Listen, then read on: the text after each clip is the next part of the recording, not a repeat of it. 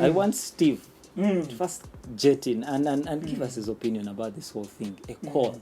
And then, yes, now we've known, the gift and the talent, they all converge into supporting the calling. So, and then, what's your say before Steve comes, one thing, okay.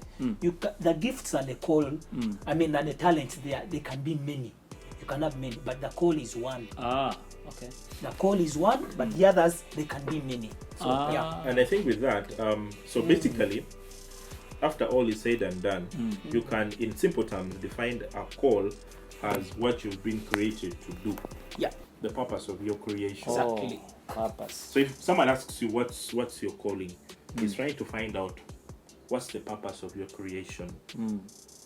Because you are created for a reason and you are created for a purpose. Oh yes. True.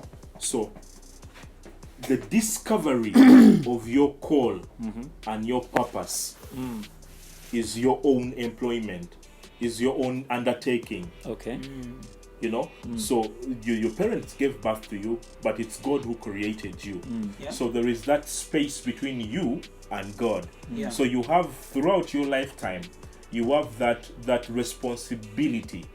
The assignment. The assignment. Is it Rick Joyner who calls it the assignment? Exactly.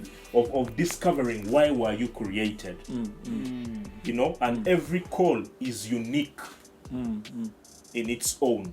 It's unique. And the best way, definitely, to understand the purpose for which something was created, you've got to go back to the manufacturer. Oh yes. The designer. Because he knows why he designed. I'm a car freak. Yeah. I like cars. Yes, sir. Yeah. So but to understand that why Mercedes made Mercedes that way, with the V8 engine, V6 engine, V12 engine, go back to Mercedes-Benz. Oh yes. Glory be to God that in Uganda we have Spear Motors. Perhaps they can make you rich there.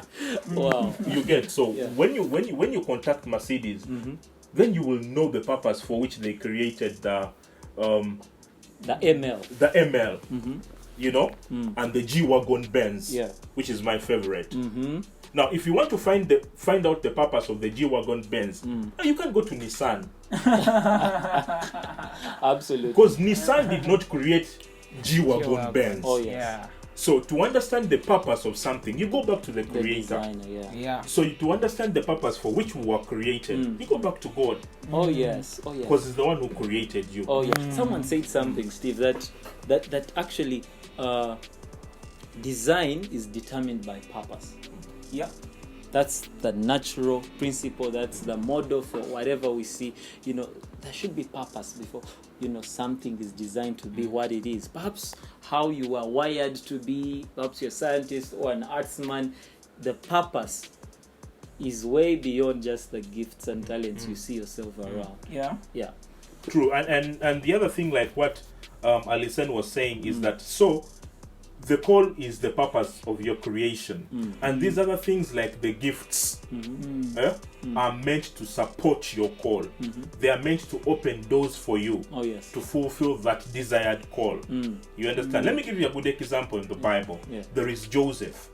Joseph was an interpreter of dreams. Dream interpretation was not his calling. Oh yes. Oh yes. Dream interpretation was his gifting. Okay. His calling was to become prime minister so that he can liberate the children of Israel. He make a way to liberate the children of Israel through that position so that they can go back to their promised land. But how would he get there?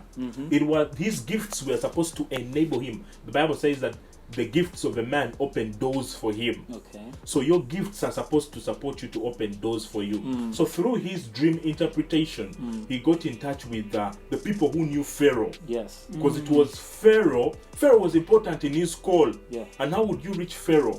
Yet you're a slave boy. Yet you're a slave boy. So it was his gift of dream interpretation that opened doors for him to reach Pharaoh, and then Pharaoh made him prime minister.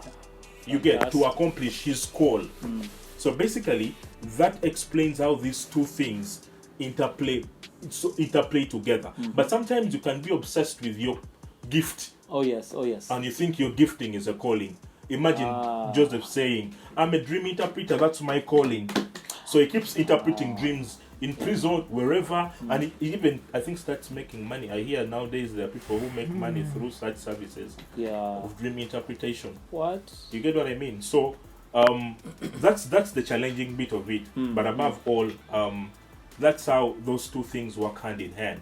So it's good to understand what your giftings are, and then how do your giftings play into your call.